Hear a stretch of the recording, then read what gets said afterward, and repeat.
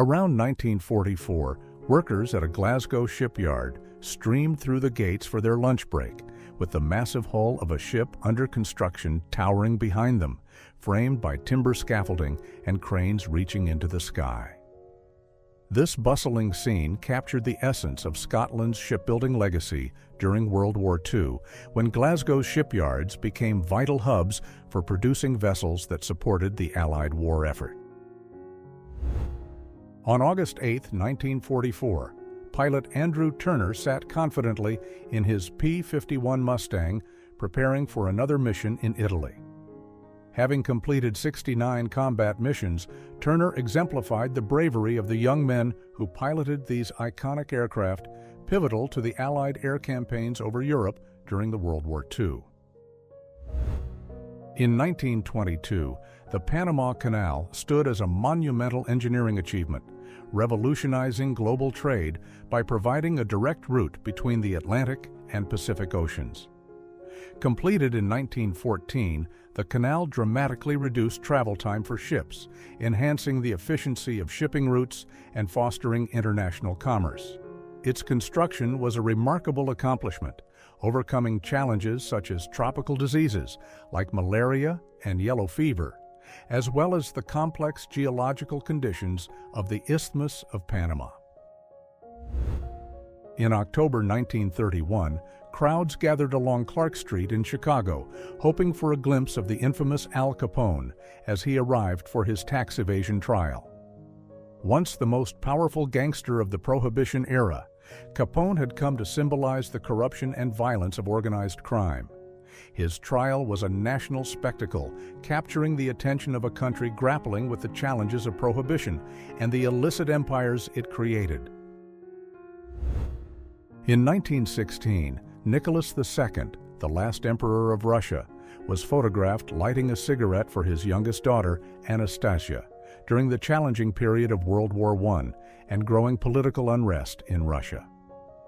Confronted with military defeats and increasing dissatisfaction with his rule, Nicholas faced the eventual collapse of the Romanov dynasty. In January 1925, Miriam Ma Ferguson made history as Texas's first female governor, delivering her inaugural address in the House chamber.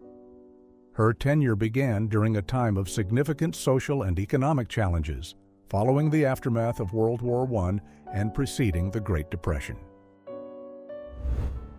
The steamship SS Warramoo is celebrated for a once-in-a-lifetime event that occurred at the stroke of midnight on December 31, 1899. Under the command of Captain John Phillips, the ship crossed the intersection of the International Dateline and the Equator, placing it in 2 hemispheres and 2 years at the same time. One part of the ship remained in the year 1899, while the other had already crossed into 1900. On November 2, 1947, aviation pioneer Howard Hughes piloted the H-4 Spruce Goose, a massive flying boat that stood as a remarkable feat of engineering. The historic flight lasted just over 1 minute and covered about 1 mile, making it the largest aircraft ever to fly. On February 6, 1938, the quiet streets of Brooklyn, New York, were shaken by the discovery of Nino Colombo and Christina Oliveri, found dead in a car on Shore Road. The left image shows the old police station at 86th and 5th, bustling with activity as detectives launched an investigation into the grisly murders. In May 1875, prominent Native American chiefs, including Sitting Bull, Swift Bear, Spotted Tail, and Red Cloud, traveled to Washington, D.C. to advocate for the rights of their people and urge President Ulysses Grant to honor the Fort Laramie Treaty. This treaty had guaranteed the Black Hills to the Lakota Sioux, but growing incursions by settlers and miners jeopardized their sacred land. In January 1945, 18-year-old John Wathier, a GI, braved the freezing conditions near Bootgenbach, Belgium, carrying his trusted Browning automatic rifle through the winter battles of World War II. Returning home after the war, John married Anne Hoffman and together they built a loving home in Cecil, Pennsylvania, raising 10 children. On February 3, 1942, workers at a Buick factory in Flint, Michigan, gathered around the last civilian car to roll off the production line before the automotive industry shifted to wartime production. This moment signified the end of an era as manufacturers retooled their assembly lines to produce tanks, military trucks, and aircraft parts for the Allied forces. On February 19, 1944, U.S. Marines aboard the USS Arthur Middleton paused to sip coffee and regroup after 2 days of intense fighting during the battle for Eniwetok Atoll in the Marshall Islands. This operation was a key component of the broader Allied campaign to secure the Pacific and establish forward bases closer to Japan.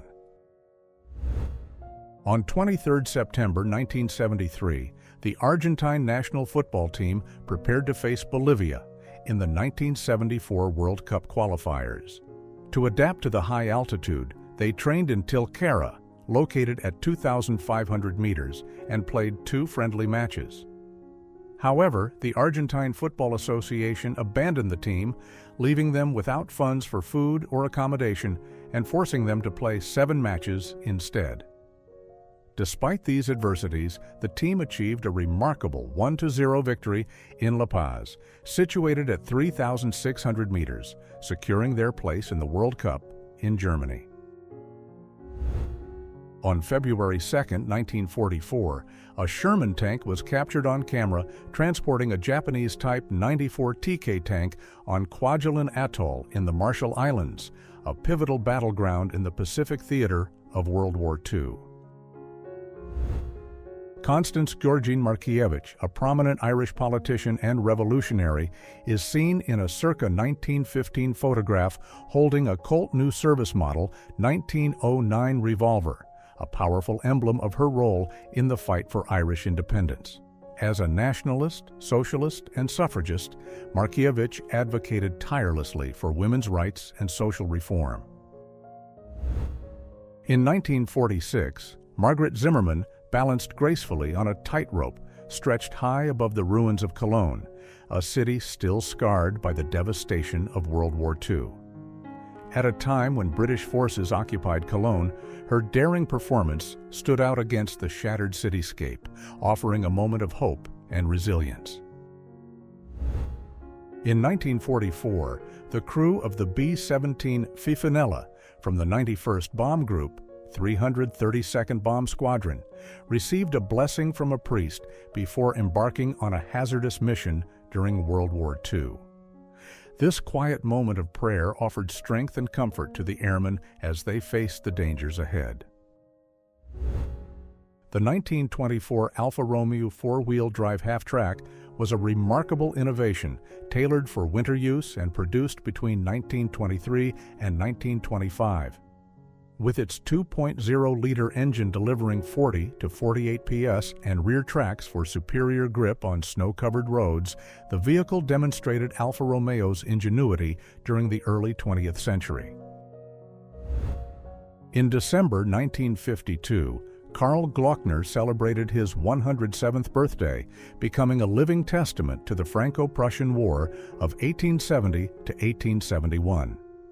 This war reshaped Europe, unifying Germany and bringing about lasting territorial shifts in France. In 1963, the original Ronald McDonald made his debut as a playful mascot for the rising McDonald's franchise. Played by Willard Scott, he wore a clown costume complete with a bright red wig and oversized shoes, designed to charm children and families alike. On Christmas Day in 1912, the McCoy family home in Knoxville, Tennessee, came alive with holiday joy as Robert William Jr. and James McCoy gathered around their glowing Christmas tree. This era saw Christmas celebrations growing in popularity and commercial appeal, with families embracing the excitement of gift-giving and the magic of childhood traditions. The B-29 Superfortress Untouchable and its crew represented the strength of American air power during the World War II in 1944.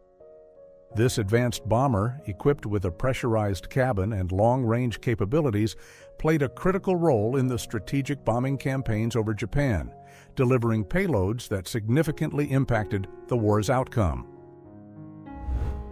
In 1948, former Vice President Henry Wallace was captured, listening intently as folk musician Pete Seeger performed aboard a plane, offering a snapshot of the deep connection between politics and culture in post-war America. Wallace's advocacy for progressive reforms, including labor rights and civil rights, aligned closely with the themes in Seeger's music, making the moment particularly poignant. In 1940, 2 children walked barefoot to school in Claiborne County, Tennessee, illustrating the simplicity and challenges of rural life during that period. Economic hardships were widespread in the region, leaving many families unable to afford shoes for their children. Despite these difficulties, young students displayed remarkable resilience and determination to attend school, valuing education as a path to a better future. In the 1930s, the SS Fencing Club in Germany functioned as a unique blend of sport and ideology, emphasizing physical fitness and discipline among its members. Fencing, a sport with deep roots in tradition and honor, was adopted by the Nazi regime as a tool to instill a sense of unity and superiority within the SS ranks, aligning with their broader ideological goals.